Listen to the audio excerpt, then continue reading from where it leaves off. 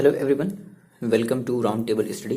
तो देखो जी, स्टार्ट करते हैं क्लास 12th जो कि हम लोग पढ़ रहे थे haloalkanes and haloarenes chemistry के चैप्टर को। और बेसिकली हमने इसके पहले 3 लेक्चर को हमने देख लिया है और ये हमारा 4th लेक्चर है। ठीक है, तो अगर आपने इसके पहले की वीडियोज़ को नहीं देखा तो आप जाकर के फर्स्ट ऑफ ऑल आप उन वीडियोज़ को पहले देखो।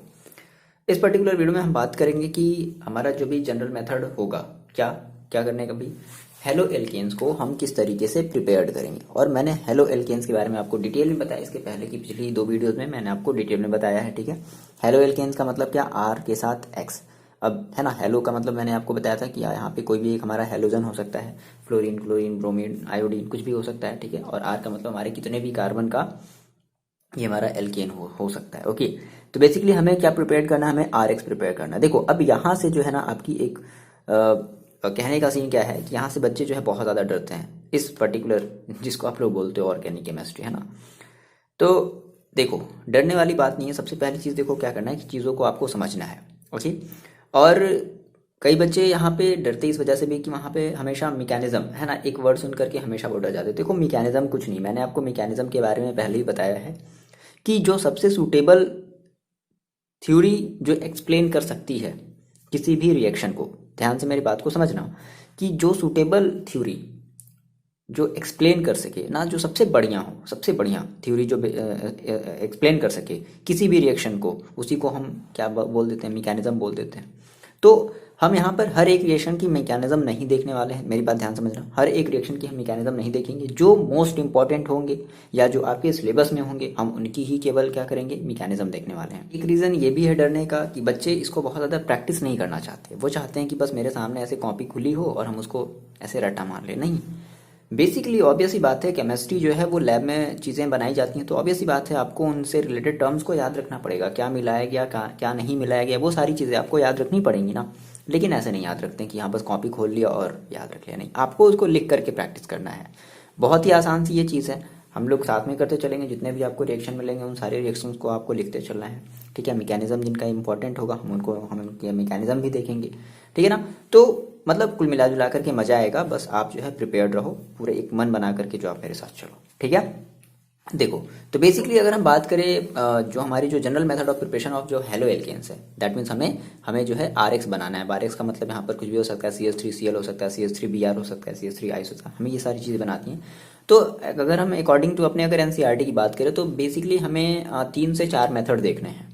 ओके, कौन कौन से मेथड हमें देखना है, किस किस तरीके से हम अपने हेलो एल्केन्स को बना सकते हैं, वो जल्दी से एक बार देख लेते हैं। ओके वैसे देखो, तो जल्दी से हम जो है एक छोटा सा एक ओवरव्यू देख लेते हैं कि हमें एग्जैक्टली क्या किससे किसे प्रिपेयर करना है अपने हेलो एल्केन्स को। हेलो एल्केन्स मैंने आपको बताया कि हमें HX बनाना है, सॉरी RX बनाना है। ठीक है, और इस RX को हम कैसे कैसे बना सकते हैं, तो सबसे पहले हम बनाएंगे अल्कोहल से। ये हमारा बहुत ही जनरल सा, मतलब एक बहुत ही बेसिक सा जो है, मतलब सबसे मोस्ट कॉमन जो यूज़ होने वाला जो मेथड है ना, फ्रॉम अल्कोहल। ओके, अच्छा, और उसके बाद फिर अब इस अल्कोहल में भी हम बेसिकली 3 तरीके से देखेंगे, bye action of halogen acid, that means HX। Halogen acid समझ लो, हेलोजन एसिड का मतलब समझ लो, जैसे हाइड्रोजन के साथ कोई भी एक वो ले लो, अपना जो हेलोजन ले लो। ठीक है भाई, एसिड का मतलब क्या होता है, जो वाटर में जाते हैं तो क्या देते हैं, H+ आयन देते हैं, तो उसी को तो हम लोग कहते हैं ना एसिड। तो कैसे एसिड भाई, हेलोजन के acid, that is HCl, HBr, HI, समझ रहे हो, HCl, ये सब हमारे हेलोजन एसिड है। ओके, दूसरा हम पढ़ेंगे क्या, बाई कैसे और बना सकते हैं अल्कोहल, तो हम अल्कोहल पे रिएक्शन कराएंगे किससे, बाई फॉस्फोरस हैलाइड। अब देखो फॉस्फोरस हैलाइड में हमारे बेसिकली 2 तरीके के होते हैं, एक हमारा होगा PX3 और एक हमारा होगा PX5, मतलब समझ लो, एक हम जिसको कहेंगे PCl3 और PCl5, तो हम इन दोनों से ही क्या बना सकते हैं, अपने हेलो एल्केन्स को बना सकते हैं। नेक्स्ट हम बात करेंगे अपने थायोनिल क्लोराइड की हेल्प से कैसे बना सकेंगे, मतलब कि अल्कोहल के ऊपर अगर हम थायोनिल क्लोराइड का अगर रिएक्शन कराएंगे तो उसके बेसिस पे भी हमें हेलो एल्केन्स मिलेगा। ये हमारा हो गया ये हमारा हो गया अल्कोहल से। ना हम बात करेंगे हाइड्रोकार्बन से, तो हाइड्रोकार्बन से बेसिकली हम 2 चीजें देखेंगे, एक तो हम बनाना सीखेंगे। अब हाइड्रोकार्बन में आपको पता है ना कि हाइड्रोकार्बन बेसिकली 3 तरीके के आपके होते हैं, आपका single bond, double bond, triple bond.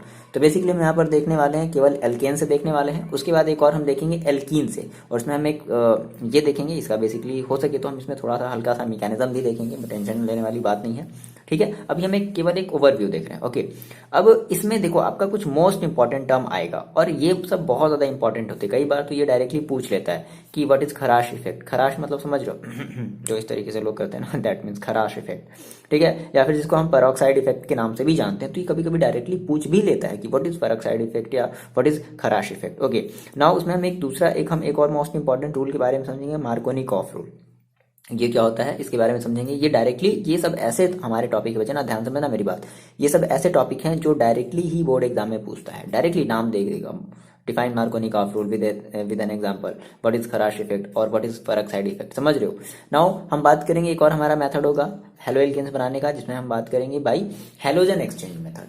ठीक है, तो हैलोजन एक्सचेंज मेथड में हम केवल जो है एल्किल आयोडाइड बनाते हैं। ओके, और हम एक उसमें एक नेम रिएक्शन भी देखेंगे, स्वार्ट्स रिएक्शन देखेंगे। ठीक है, इस स्वार्ट्स रिएक्शन के थ्रू हम जो है फ्लोराइड्स, मतलब ऐसे कह लो कि हम वहां से एल्किल फ्लोराइड भी बना सकते हैं। ओके, इस स्वार्ट्स रिएक्शन के थ्रू। तो स्वार्ट्स रिएक्शन इंपॉर्टेंट इसलिए हो जाता है क्योंकि आप जब देखोगे ना, तो अभी हम फ्लोराइड भी कहीं भी नहीं बनाएंगे, इन सभी में कहीं भी फ्लोराइड नहीं बनाएंगे। यही केवल एक ऐसा मेथड है जिसके थ्रू हम क्या बना सकते हैं, फ्लोराइड एल्किल फ्लोराइड्स। ठीक है, एल्किल फ्लोराइड्स बना सकते हैं। तो इस वजह से ये रिएक्शन भी इंपॉर्टेंट हो जाता है।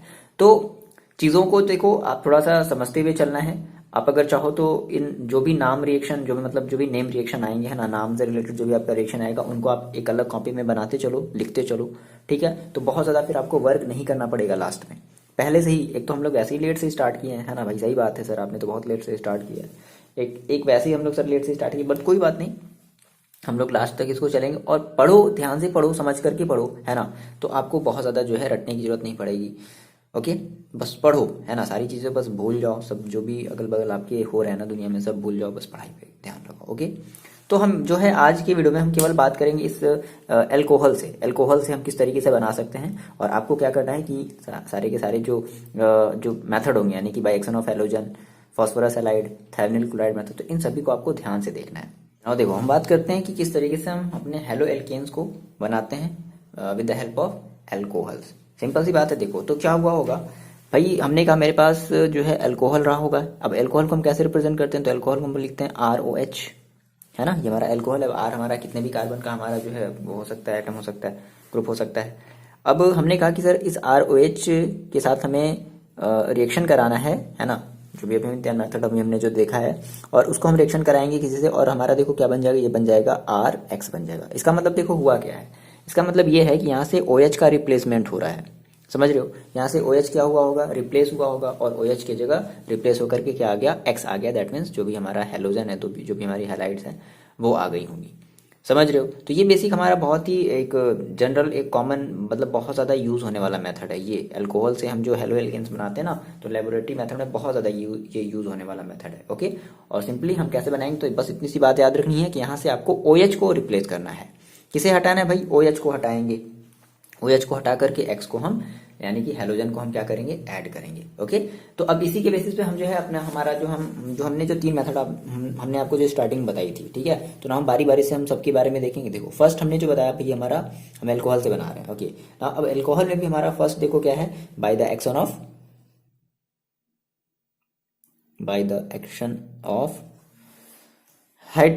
Halogen acid. क्या है भाई, halogen acid, bye the action of halogen acid. ध्यान से समझते चलो, ठीक है, यानी कि हेलोजन एसिड मैंने आपको बताया, हेलोजन के साथ एसिड, है ना, मतलब हेलोजन एसिड। कहने का सीन क्या है, जैसे सिंपल, जैसे मान लो हमने कहा हेलोजन, तो हेलोजन हमारा कोई भी क्या हो सकता है, X। अब एसिड, तो अगर भाई एसिड का मतलब क्या है कि जो वाटर में घुले तो क्या दे, H+ आयन दे, तो H, यानी कि HX। हेलोजन एसिड का मतलब क्या, HX।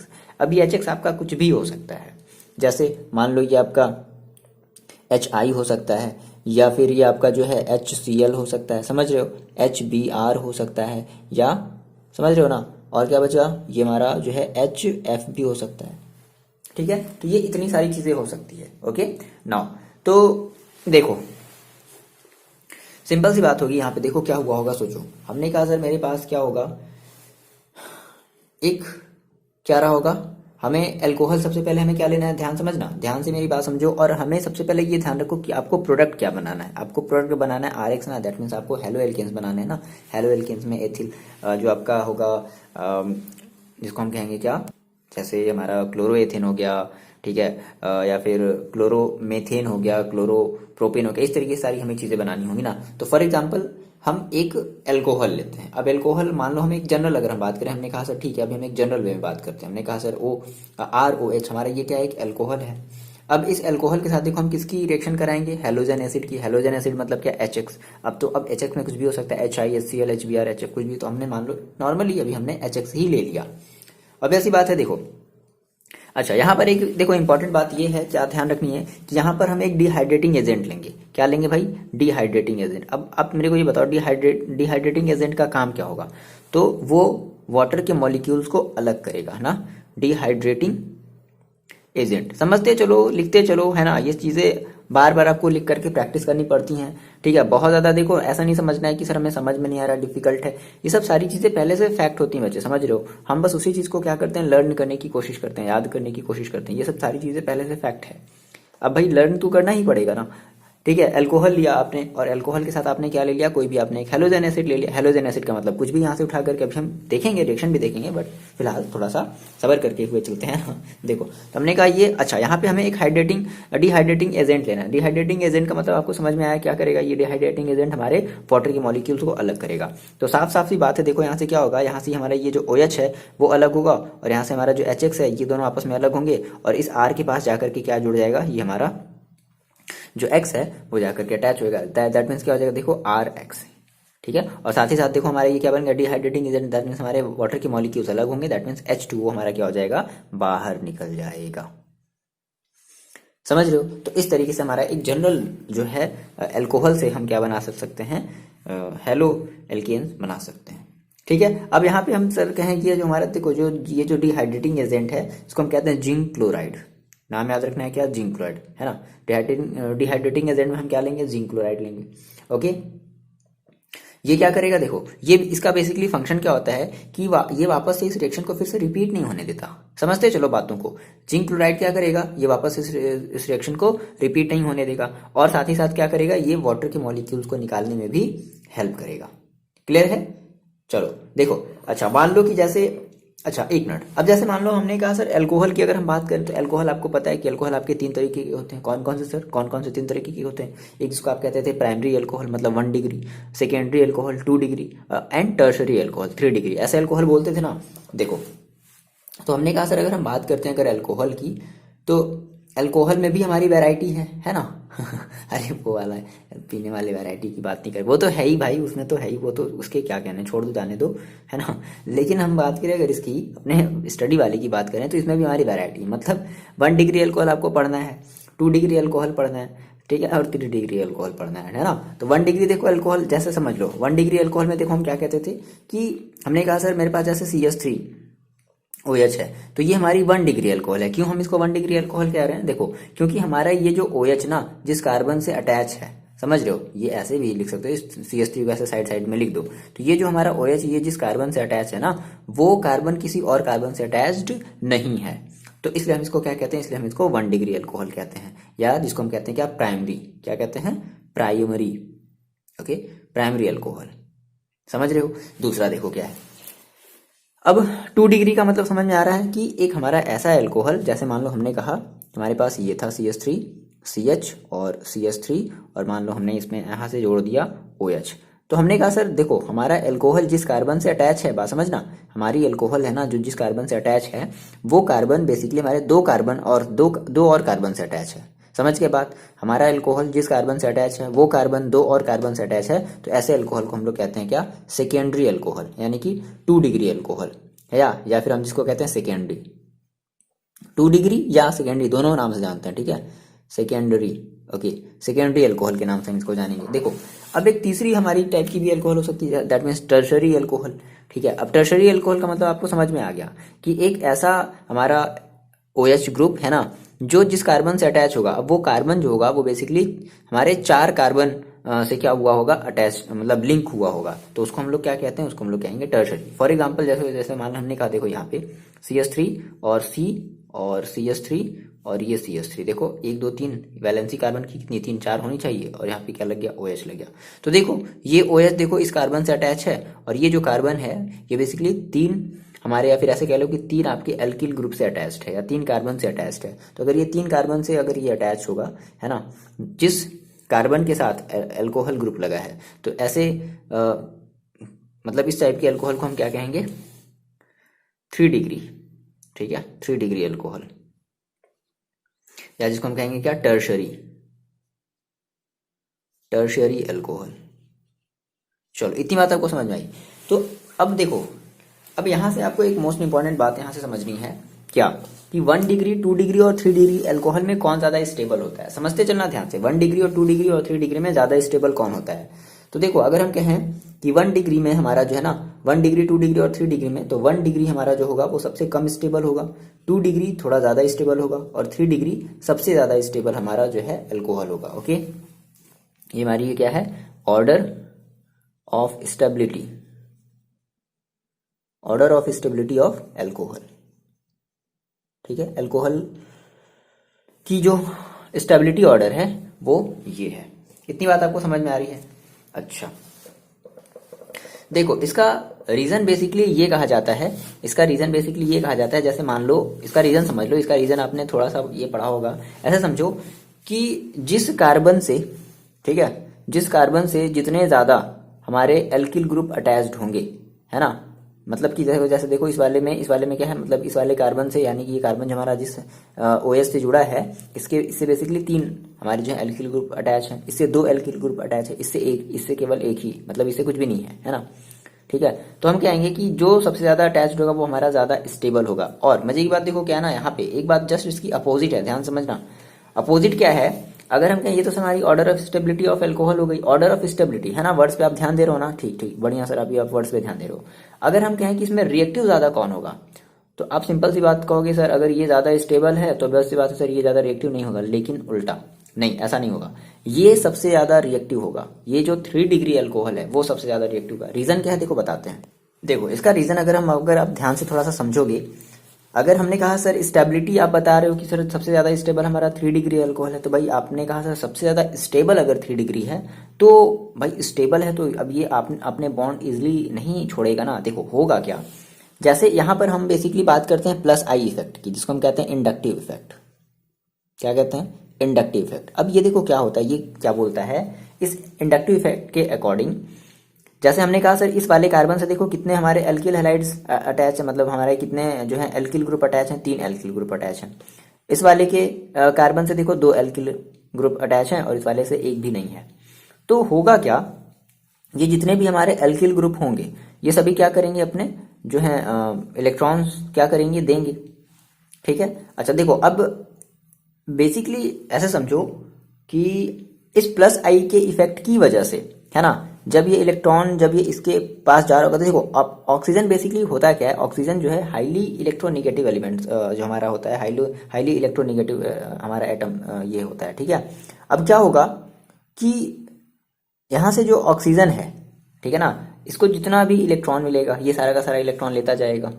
अब देखो क्या होगा, अब ये क्या हो गया, इसके पास जो है ऐसे कह सकते हैं हम कि इसके पास इलेक्ट्रॉन डेंसिटी, ठीक है, मतलब ऐसे समझो ना कि जब अगर ये हाईली इलेक्ट्रोनेगेटिव आपका ये जो एलिमेंट है ऑक्सीजन, जब ये इलेक्ट्रॉन एक्सेप्ट कर रहा होगा, ठीक है, और कार्बन के पास क्या आ रहा होगा, पार्शियली पॉजिटिव जो है पॉजिटिव चार्ज आ रहे होंगे, तो इनके बीच का जो मतलब इनकी जो पोलैरिटी है, बात समझना, इनकी पोलैरिटी कंटिन्यूअसली क्या होती जा रही होगी, इंक्रीज होती जा रही होगी। तो हम ये कह सकते हैं कि हमारा जो कार्बन हो रहा होगा वो ज्यादा क्या हो रहा होगा, वो ज्यादा पॉजिटिव नेचर शो कर रहा होगा, और ये जो O है ना, इसके ऊपर ज्यादा इलेक्ट्रॉन्स आते जा रहे होंगे।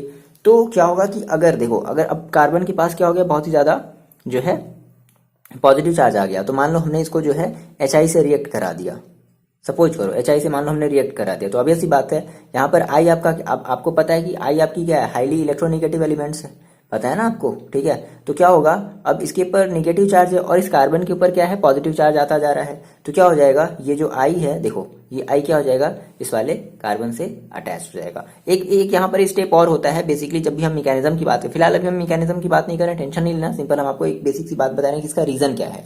तो सिंपल सी बात है कि यहाँ पे हमारा जो 3 डिग्री अल्कोहल है वो ज्यादा स्टेबल है और ज्यादा रिएक्टिव भी है। रिएक्टिव कहने का रीजन क्या है कि जितने ज्यादा उसके पास आसपास लोग घिरे हुए होंगे वो उतना ही ज्यादा चार्ज हो जाएगा, ठीक है। उतना ही ज्यादा चार्ज होने की वजह से वो बहुत ही जल्दी क्या करेगा, इस आई को अट्रैक्ट करेगा as comparison to this, as comparison, समझ रहे हो। इसके पास चार्ज बहुत ज्यादा है ना, इस क्यों चार्ज ज्यादा है, क्योंकि ये अपने तीनों तरफ से क्या है, ये इस कार्बन कार्बन से घिरा हुआ है, ठीक है। लेकिन इसके पास देखो, इसके पास ज्यादा चार्ज नहीं हुआ है इसके कंपेरिजन में अगर हम बात करें, ठीक है। तो इसलिए 3 डिग्री अल्कोहल ज्यादा रिएक्टिव है। क्लियर है ये बात। तो यहां से एक बात और जल्दी से नोट डाउन करो, क्या कि रिएक्टिविटी ऑफ अल्कोहल। तो रिएक्टिविटी देखो क्या होगी, सबसे ज्यादा कौन होगा, सबसे ज्यादा हमारा क्या होगा, रिएक्टिविटी ऑर्डर, ठीक है।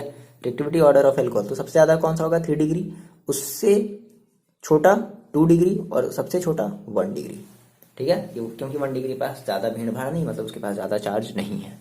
ये बात आप थोड़ी सी ध्यान में रखोगे, ठीक है, ये चीज। अच्छा देखो, लगे हाथ यहाँ पर हम ये भी बात कर लेते हैं। जैसे हमने कहा सर मेरे पास क्या है, मेरे पास HI है, ठीक है, और मेरे पास जो है HBr है, और मेरे पास जो है HCl है। तो अगर आपसे पूछे बच्चे कि लो ये बताओ इसमें से सबसे ज्यादा हमारा रिएक्टिव कौन होगा, ऑर्डर ऑफ रिएक्टिविटी सबसे ज्यादा किसकी होगी, तो आपको होगी ऑब्वियसली बात है सर हमारा जो आयोडीन जो होता है, देखो ऐसे समझो, क्लोरीन ब्रोमीन आयोडीन, ओके। तो हमने कहा सर जो हमारी आयोडीन है, ठीक है, देखो इसको ऐसे समझते हैं, जैसे जैसे देखो अपने जब आप HI का जब आप वो बनाओगे, है ना, जब आपने कहा सर मेरे पास ये हाइड्रोजन है और आयोडीन है, तो जब आप इसकी जब बॉन्डिंग बनाओगे तो आप ये देखोगे कि इनकी जो बॉन्ड लेंथ है वो काफ़ी ज़्यादा दूर होगी, समझ गए। फिर HBr की इससे थोड़ी सी नज़दीक होगी और HCl की सबसे नज़दीक होगी। तो मैंने आपको बताया कि जो अगर बॉन्ड लेंथ सबसे ज़्यादा जिसकी दूर है वो सबसे ज़्यादा वीक होगा ना। या फिर ऐसे समझो कि आपकी जो आयोडीन है वो एज कंपेरिजन टू Br और एज कंपेरिजन टू Cl ज़्यादा इलेक्ट्रो कह सकते हैं क्या कि उसके इलेक्ट्रॉन को ऐसे कह लो कि इलेक्ट्रॉन को एक्सेप्ट करने की, ठीक है, जो टेंडेंसी होगी वो ज़्यादा होगी किसके पास, आई के पास, फिर उसके बाद Br के पास, फिर उसके बाद Cl के पास। या फिर वो बॉन्ड लेंथ वाला देख लो, वो बॉन्ड लेंथ वाले के थ्रू जो मैंने आपको बताया था ऑर्डर ऑफ CX बॉन्ड, ठीक है, ये उसके बेसिस पे आप बता सकते हो, ठीक है। तो देखो इसकी जो रिएक्टिविटी होगी वो क्या होगी, HI की सबसे ज़्यादा रिएक्टिविटी होगी और HBr उससे कम होगा और HCl सबसे ज़्यादा कम रिएक्टिव होगा। क्लियर है। उनके बॉन्ड लेंथ के बेसिस पर भी आप समझ सकते हो, क्योंकि जितनी ज़्यादा बड़ी लेंथ है ना वो बॉन्ड उतनी ज़्यादा आसानी से टूटेगा, तो आसानी से टूटा दैट मीन्स ज़्यादा रिएक्टिव है। तो 2 बातें आपको ध्यान रखनी है ना। अब देखो, अब यहाँ से हम जो है अपना जो प्रिपरेशन है वो स्टार्ट करते हैं। देखो अब मान लो अगर आपको 1 डिग्री का, अगर मान लो आपको हेलो एल्केन चाहिए, 1 डिग्री मतलब सिंपल, जैसे CH3CH2Cl ये हमारा 1 डिग्री है। अगर मान लो आपको 2 डिग्री का हेलो एल्केन चाहिए, 2 डिग्री का हेलो एल्केन्स का मतलब क्या हुआ, जैसे मान लो आपने ऐसे लिखा CH3CH और इसके आपने ऊपर Cl लगा दिया, फिर ये आपके पास हो गया CH3। तो ये आपका एक 2 डिग्री क्या है, हेलो एल्केन्स है। 3 डिग्री हेलो एल्केन्स चाहिए, तो अब ऑब्वियस सी बात है, तो आपको बनाना है अल्कोहल से। तो अगर 1 डिग्री के अल्कोहल को अगर आप लोगे, 1 डिग्री के अल्कोहल को लोगे तो 1 डिग्री का क्या बनेगा, हेलो एल्केन्स बनेगा। 2 डिग्री के अल्कोहल को लोगे तो 2 डिग्री का जो हेलो एल्केन्स बनेगा, और 3 डिग्री को लेंगे तो 3 डिग्री का हेलो एल्केन्स बनेगा। और साथ ही साथ ये भी ध्यान रखनी है कि सबसे ज्यादा रिएक्टिव हमारा क्या है, 3 डिग्री है। अब ध्यान से बात समझना, तो हम यहाँ पे जो है बनाते हैं क्या, primary and secondary chloroalkane बनाते हैं। ओके, देखो इन चीजों को मिटाते हैं।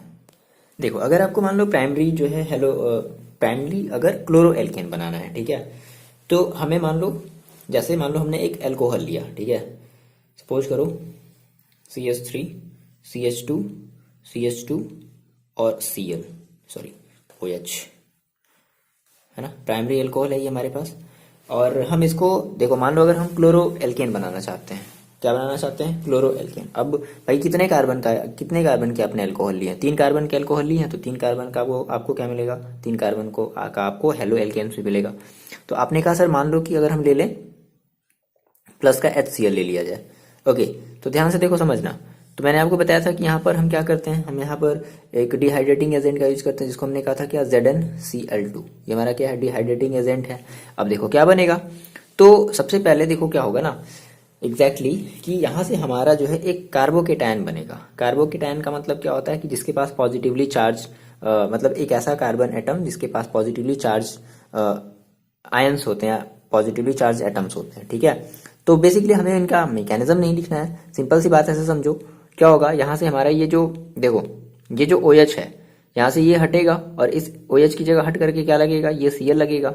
और साथ ही साथ देखो यहाँ पे जो ZnCl2 है, ध्यान से बात को समझते चलना, यहाँ पे जो ZnCl2 है ये क्या करता है, ये तो देखो ये देखो ये बेसिकली इस रिएक्शन को रिवर्स ऑर्डर में जाने से तो बचाता ही है, साथ ही साथ इस OH यानी कि कार्बन और ऑक्सीजन के बॉन्ड को ब्रेक करने के भी मतलब ब्रेक करने में भी हेल्प करता है। तो क्या करेगा यहाँ से ये CH3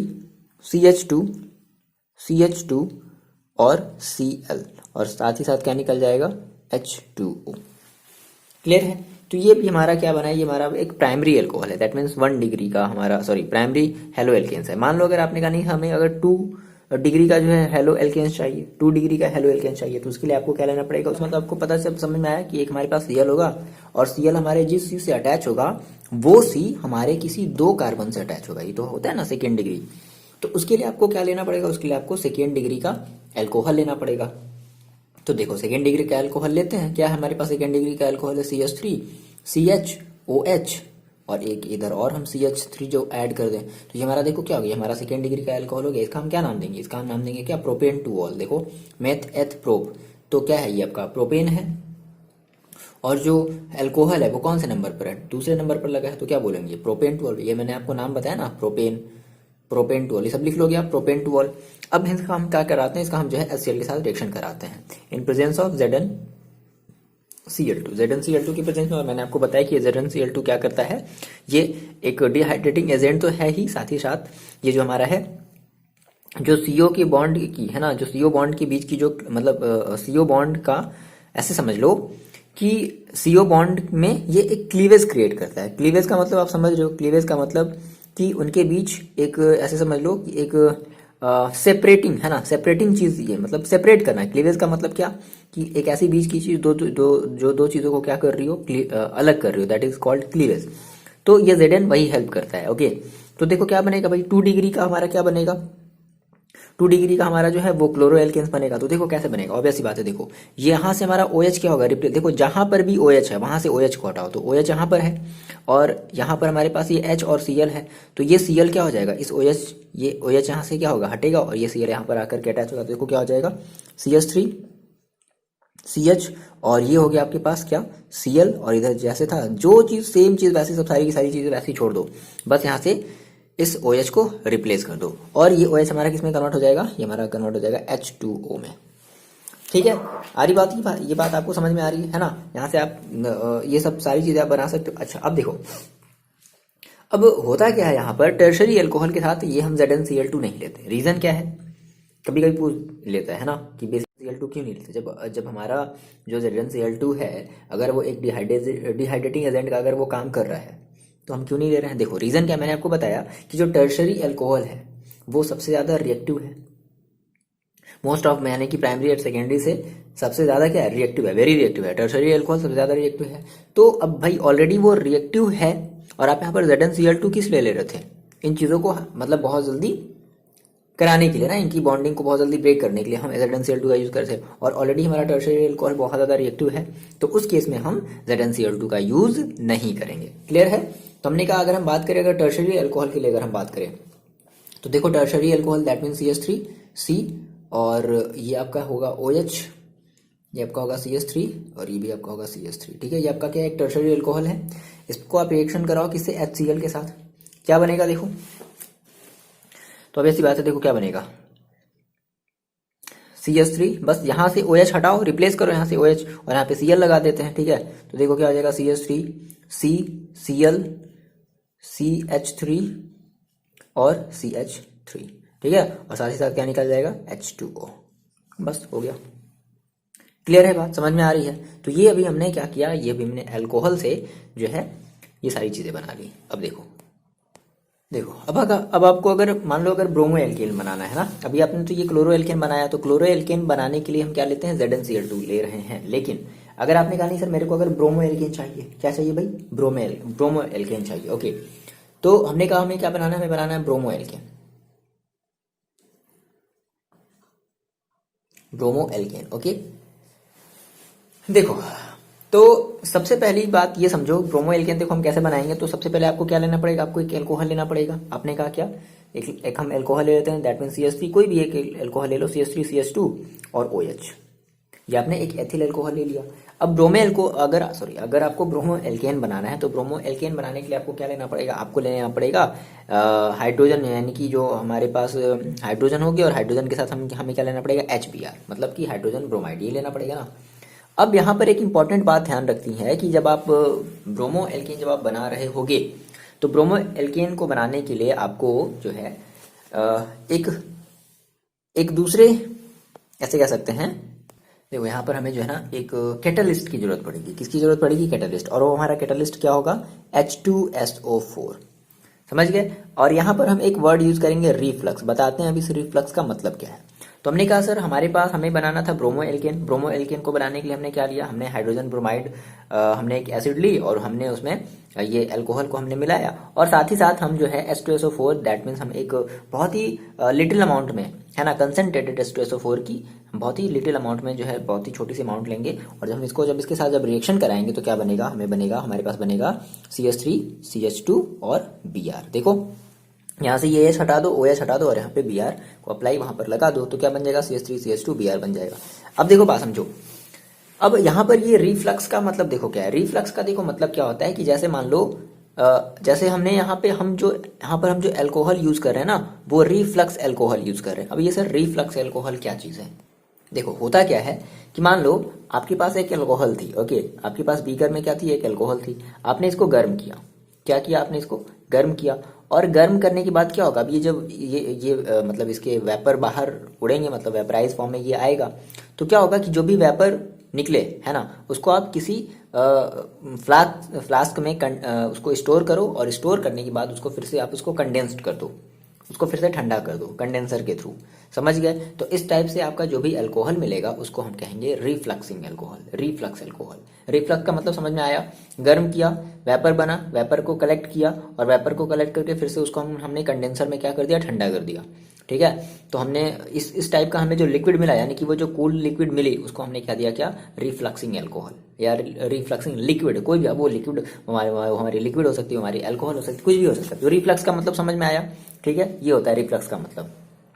चलो आपने ब्रोमो एल्केन बना लिया, तो ब्रोमो एल्केन के लिए ध्यान रखना है कि आप क्या लोगे, H2SO4 की प्रेजेंस में, यानी कि H2SO4 आपकी यहाँ पर एज ए कैटलिस्ट का काम करेगी। नाउ हम बात करते हैं अब आयोडो एल्केन कैसे बनाएंगे, है ना। अल्कोहल से हम क्या बनाने वाले हैं, आयोडो एल्केन, ठीक है। देखो तो हमने कहा सर हमें बनाना है क्या, आयोडो एल्केन बनाना है।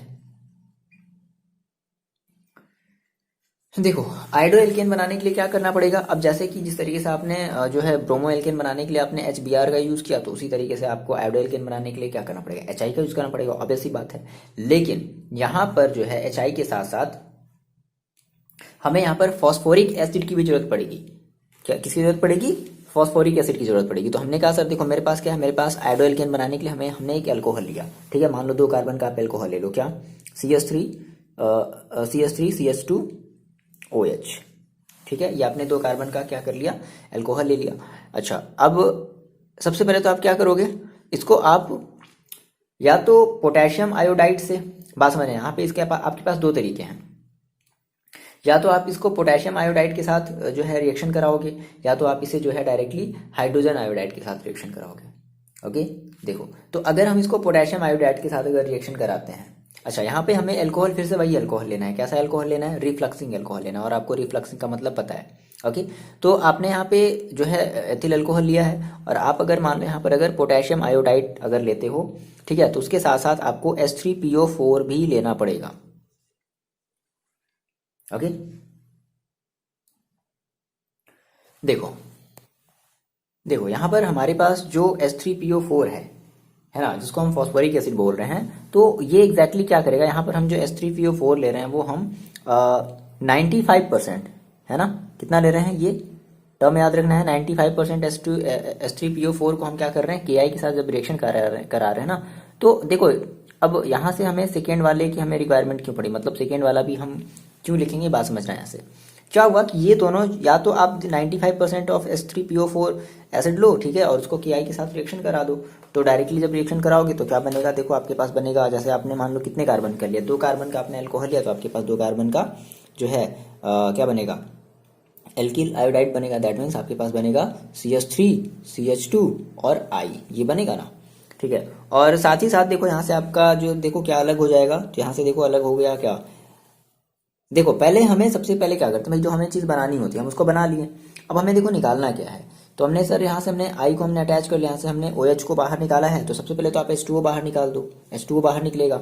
अब H2O देखो बाहर निकल गया, H2O बाहर निकला तो साथ ही साथ देखो क्या निकला, यहाँ से K बचा है, तो देखो क्या हो जाएगा K, और आपने एक H भी इसका ले लिया है, तो यहाँ पे क्या बचा है, H2 बचा है, तो देखो क्या बचेगा, KH2PO4, ठीक है, KH2PO4, जिसको हम क्या देंगे, जिसको हम क्या बोलते हैं, इसको हम बोलते हैं डाई हाइड्रोजन फॉस्फेट। क्या बोलते हैं इसको, डाई हाइड्रोजन, KH2PO4 को क्या बोलते हैं, डाई हाइड्रोजन फॉस्फेट। क्लियर है, इस बात को लिख लो। तो एक तो ये तरीका है, मतलब कि आयोडो एल्केन अगर आपको बनाना है तो सबसे पहले आपको एक सुटेबल एल्कोहल लेना पड़ेगा। कैसा एल्कोहल, रिफ्लक्सिंग एल्कोहल, और रिफ्लक्सिंग मैंने आपको बताया है।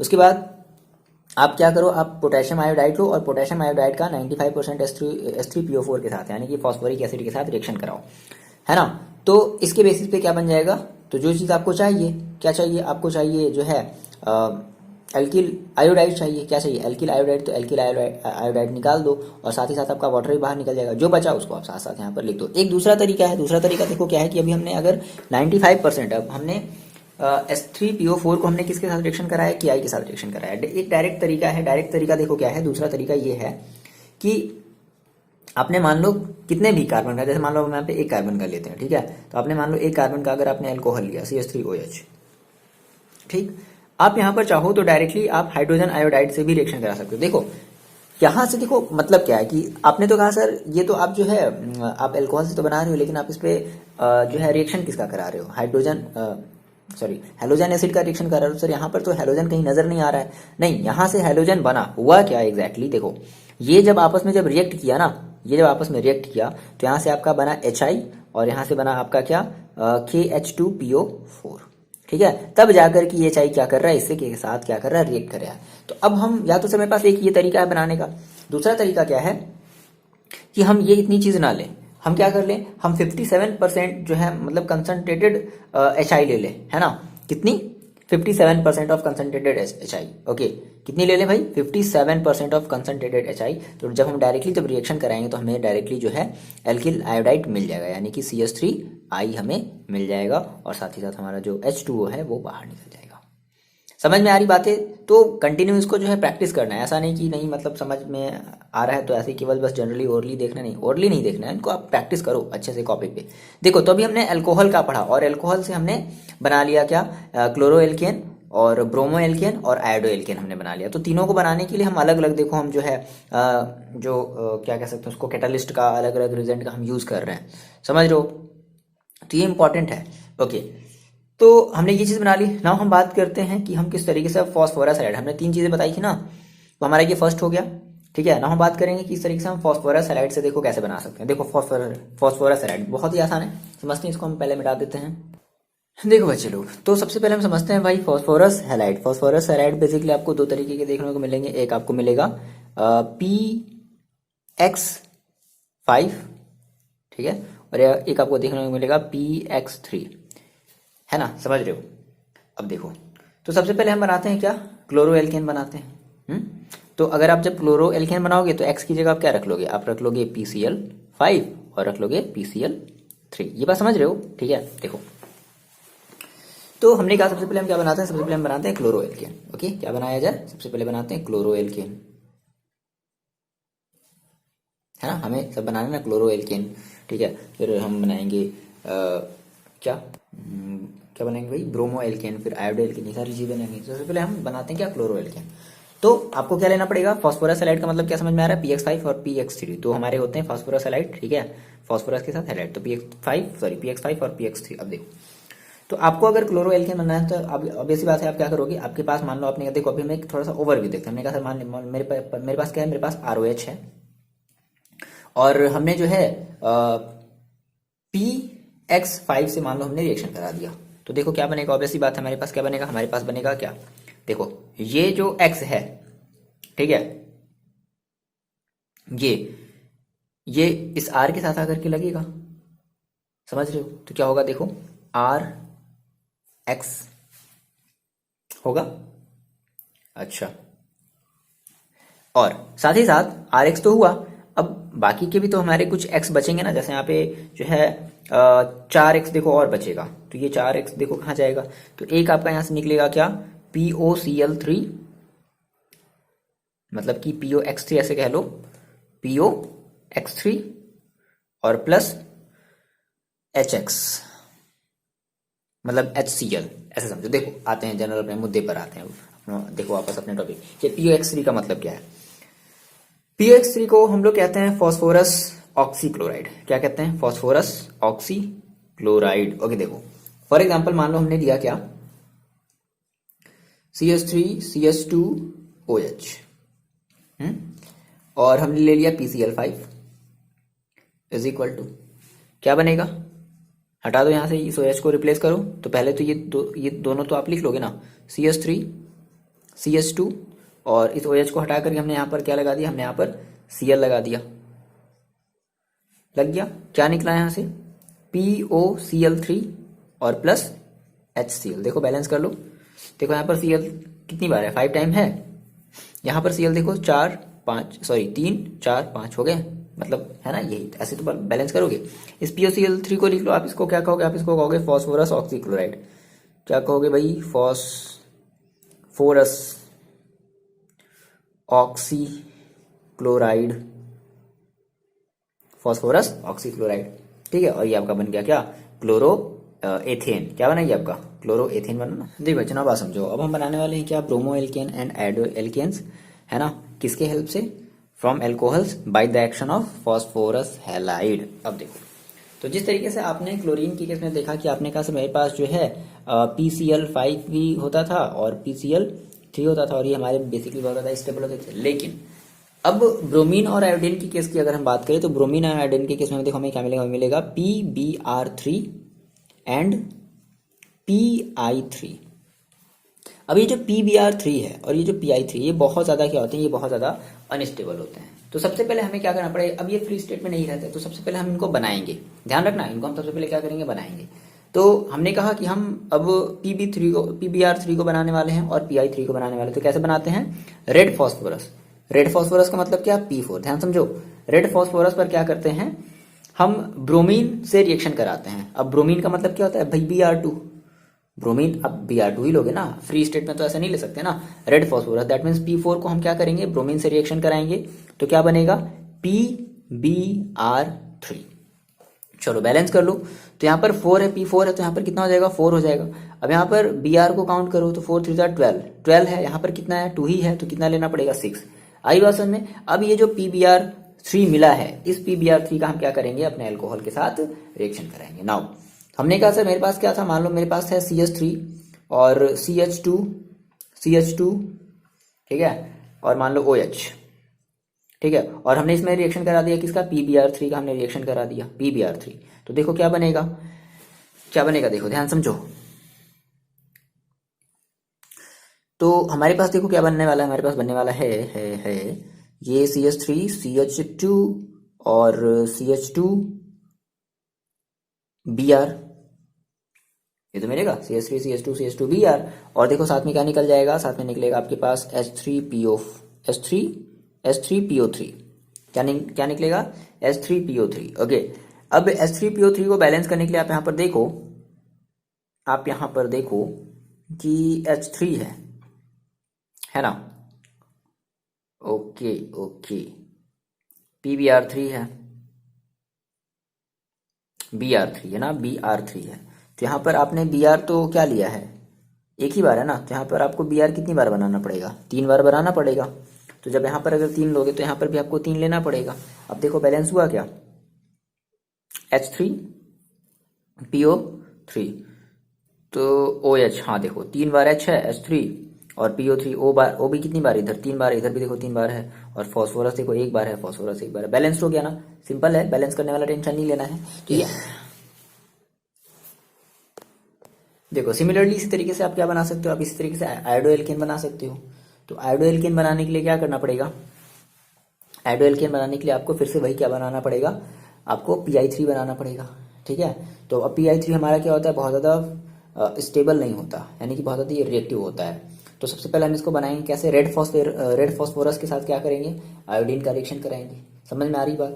ठीक है, तो देखो ऐसे समझो, मतलब कि ये जस्ट एकदम ताज़ा ताज़ा बना ये है ना, यहाँ से PBr3 ताज़ा ताज़ा बना और हमने इसमें डाल दिया है ना। इसको नहीं बना करके आप रख नहीं सकते। ठीक है, ये क्योंकि बहुत ज़्यादा ये स्टेबल नहीं होता। तो अब देखो इसकी अब हमें क्या बनाना है, हमें बनाना है आयोडो एल्केन है ना। हमने कहा सर सिमिलरली हम क्या बना लें, आयोडो एल्केन बना लें। तो आयोडो एल्केन बनाने के लिए सबसे पहले हमें क्या बनाना पड़ेगा, हमें PI3 बनाना पड़ेगा। तो वही रेड फॉस्फोरस P4 और प्लस क्या I2। ठीक है, तो क्या बनेगा देखो PI3। अब इसको थोड़ा सा बैलेंस कर लो। तो I3 है यहाँ पर और यहाँ पर यहाँ पे P4 है, तो 4 लगाना पड़ेगा, कितना हो जाएगा 12। तो 12 होगा, इसका मतलब यहाँ पर क्या करना पड़ेगा 6 लगाना पड़ेगा। हो गया, बैलेंस हो गया। अब क्या करेंगे हम इस PI3 को क्या करेंगे, अपने जो भी हमारा रिएक्शन हो रहा होगा हम उसमें डालेंगे है ना। तो देखो हमारे पास क्या था, हमने कहा सर मेरे पास क्या था, मेरे पास है CH3। चलो थोड़ा सा छोटा वाला ले लेते हैं है ना। तो CH3 और मान लो हमने कहा सर OH है, क्या है OH। ठीक है, अच्छा अब देखो तो और हम इसमें रिएक्शन किसका कराएंगे, PI3 का कराएंगे। किसका कराएंगे भाई, PI3 का कराएंगे। तो देखो क्या बनेगा, क्या बनेगा, ये हमारा बनेगा क्या, देखो CH3 और सॉरी I P नहीं, P तो हट जाएगा, CH3I। अब यहाँ से इसको थोड़ा सा बैलेंस करते हैं। यहाँ पर देखो I कितनी बार है, I बेसिकली यहाँ पर 3 बार है, तो आपको यहाँ पर क्या लगाना पड़ेगा, 3CH3 लगाना पड़ेगा। तो यहाँ पर भी आपको क्या लेना पड़ेगा, 3CH3OH लेना पड़ेगा। तो हो गया ये देखो 6 और ये 6 हाइड्रोजन, 3 कार्बन, 3 कार्बन, सही। अब यहाँ पे देखो, यहाँ पे आपके पास देखो क्या हो गया, यहाँ पे आपके पास फिर से 3 हाइड्रोजन हो गया, 3 ऑक्सीजन हो गया। क्या हो गया, 3 हाइड्रोजन और 3 ऑक्सीजन है ना। तो फिर से आपके पास देखो क्या बचेगा, ये आपके पास हो जाएगा H3PO3 हो गया। समझ में आ रही बात, यही है यार, और कुछ भी नहीं करना है, समझते चलो। ठीक है, जैसा भी होगा आप कमेंट करके बताओगे। थोड़ा सा मेरा ये ऑर्गेनिक वाला पोर्शन थोड़ा सा छूट गया ना, इसलिए थोड़ा सा मतलब हेजिटेट हो रहा है, मतलब चीज़ें थोड़ी सी छूट जा रही हैं, बट कोई नहीं, कोशिश कर रहे हैं ना, वापस फ्लो में हम आ जाएंगे, डोंट वरी। ठीक है, तो थोड़ा सा समझ रहे हो आप, ये बात समझ पा रहे हो है ना। देखो जनाब, हम अपने थर्ड मेथड की बात करते हैं, यानी कि अभी हमारे पास हमें अल्कोहल के ही हेल्प से बनाना है, लेकिन अब हम उस अल्कोहल पर किसका हम एक्शन कराएंगे, थायोनिल क्लोराइड का। तो सबसे पहले आपको थायोनिल क्लोराइड का फॉर्मूला पता होना चाहिए, क्या होता है SOCl2। ठीक है, इसको हम कुछ इस तरीके से रिप्रेजेंट करते हैं, Cl और ये S और ये डबल बॉन्ड O। ठीक है, SOCl2। अब देखो यहाँ पर एक खास बात और याद रखनी है, ध्यान रखनी है क्या, कि जब आप इस थायोनिल क्लोराइड से अल्कोहल का जब रिएक्शन कराओगे तो हम एक जो है एक बेस भी लेते हैं, ऑर्गेनिक बेस। और वो ऑर्गेनिक बेस हम क्या लेते हैं, पेरिडीन। क्या लेते हैं, पेरिडीन। तो यहाँ से आपको पेरिडीन का भी फॉर्मूला याद रखना है, क्या होता है भाई, पेरिडीन। ओके, पेरिडीन है ना। पेरिडीन का फॉर्मूला देखो क्या होता है, C5H5N। ये हमारा होता है पेरिडीन, ये हमारा एक ऑर्गेनिक बेस है। ओके, अब ध्यान से समझो बात को। तो हमने कहा सर मेरे पास क्या है, अल्कोहल है। चलो आप एक अल्कोहल ले लो, ROH। क्लियर है। अब क्या करो, इसमें आप थायोनिल क्लोराइड, दैट मीन्स इसका रिएक्शन कराओ, क्या Cl S double bond O। ये आपका थायोनिल क्लोराइड है, किसके प्रेजेंस में, एक ऑर्गेनिक बेस के प्रेजेंस में, दैट मीन्स पेरिडीन के प्रेजेंस में, दैट मीन्स C5H5N के प्रेजेंस में हम क्या करा रहे हैं, रिएक्शन करा रहे हैं। तो देखो क्या बनेगा, ये आपने क्या लिया है, ऑब्वियस सी बात है, देखो आपको यहाँ से OH को हटाना है, तो आपने यहाँ से OH को हटा करके क्या लगा दिया, आपने यहाँ पर Cl लगा दिया। अच्छा, अब देखोगे आप कि आपके पास यहाँ पर एक Cl और बचेगा ना। ठीक है, तो अच्छा साथ ही साथ देखो और क्या बचेगा, तो इसको हम थोड़ा सा बैलेंस भी करेंगे। और यहाँ से हमारा देखो क्या बचेगा, यहाँ से हमारा SO2 भी बचेगा, ये O और ये O। तो क्या बचेगा आपके पास, SO2। अब ये SO2 गैस है जो कि सीधे ऊपर हवा में उड़ जाएगी, फुर हो जाएगी। और साथ ही साथ यहाँ से आपका Cl2 क्या होगा, देखो एक मिनट, H यहाँ से H और ये Cl, तो क्या बचेगा HCl। क्लियर है। देखो ये जो मेथड है ना, यानी कि क्लोरो एल्केन बनाने का ये जो मेथड है ना, bye the action of thionyl chloride, इस मेथड के थ्रू हमें प्योर जो है क्लोरो एल्केन मिलता है। प्योर क्यों मिला, रीजन क्या है प्योर मिलने का कि ये जो SO2 है ना, ये जो HCl है वो डायरेक्टली उड़ गई। तो अब आपके बीकर में, आपके फ्लास्क में बचा क्या, केवल क्लोरो एल्केन बचा। आगे बात समझे। चलो हम इसका एक वो ले लेते हैं, एग्जाम्पल्स ले लेते हैं। फॉर एग्जाम्पल हमने कहा कि मान लो मेरे पास CH3CH2OH है, एथिल अल्कोहल है, ठीक है भाई। एथिल अल्कोहल है तो हमारा क्लोरोएथेन बनेगा, क्लियर है ना। क्या करा दिया जाए, रिएक्शन करा दिया जाए SOCl2 का, किसके प्रेजेंस में, C5H5N, यानी कि pyridine के प्रेजेंस में रिएक्शन करा दिया जाए। देखो क्या बनेगा, तो यहाँ से OH को हटा दूं, पहले से क्या है यहाँ पर CH3CH2 है, CH3CH2 है, ठीक है। अब यहाँ पर देखो क्या अटैच हो गया, यहाँ पर हमारा एक Cl आकर के अटैच हो गया। अच्छा अब क्या बचेगा, SO2 जो कि ऊपर उड़ गया और HCl जो कि ऊपर उड़ गया, ठीक है। और इस तरीके से हमें ये जो CH3CH2Cl है यानी कि जो क्लोरोएथेन है ये हमें एक प्योर फॉर्म में मिलेगा। प्योर फॉर्म में क्यों, रीजन क्या है, क्योंकि हमारे यहाँ से जो भी बाई प्रोडक्ट बना था, इसमें हमारे बाई प्रोडक्ट है ना, SO2 और HCl हमारे क्या से बाई प्रोडक्ट है। तो ये जो बाई प्रोडक्ट जो भी बना ये हवा में ऊपर उड़ गया और इस वजह से हमें प्योर क्लोरोएल्केन ऑब्टेन हो गया, क्लियर है। तो ये वाला मेथड हम ज्यादा यूज करते हैं कम पिछले वाले मेथड के कंपैरिजन में। पिछले वाले मेथड में भी हम क्या कर रहे थे, जिसमें हम फास्फोरस क्लोराइड और फास्फोरस ट्राइक्लोराइड, फास्फोरस पेंटाक्लोराइड का हम जो यूज कर रहे थे ना, तो हम उसके कंपैरिजन में हम ये वाला मेथड ज्यादा यूज करते हैं। क्यों रीजन क्या है, क्योंकि इसमें हमें प्योर क्लोरोएल्केन मिला। क्यों मिला प्योर क्लोरोएल्केन, क्योंकि ये दोनों हवा बन करके बाहर ऊपर हवा में उड़ गए। तो आप देखो कमेंट करके बताओगे, थोड़ा सा मेरा ये फ्लो थोड़ा सा छूट गया है ऑर्गेनिक वाला, बट कोई नहीं, हम कंप्लीट करेंगे, है ना। ऐसा नहीं है कि नहीं ऐसी एकदम बात नहीं है। तो बस थोड़ा सा मेरा फ्लो छूटा है ऑर्गेनिक का, और कुछ नहीं। ऑर्गेनिक का साथ नहीं छूटा, केमिस्ट्री का साथ नहीं छूटा। जैसे फिजिकल केमिस्ट्री मेरी ठीक है, ऑर्गेनिक केमिस्ट्री भी ठीक है, लेकिन थोड़ा सा फ्लो छूट गया है। बट डोंट वरी, उसके लिए हम मेहनत करेंगे और उसके लिए आपको भी जम करके मेहनत करनी पड़ेगी। और आप इसका फीडबैक जरूर से दे देना कि हाँ सर समझ में आया या नहीं आया, चीजें जो भी है जैसे भी आप बताओगे, फीडबैक आप अपना जरूर दोगे, क्लियर है। चलो भाई मिलते हैं नेक्स्ट वीडियो में, पढ़ाई करते रहो, अपना ख्याल रखो।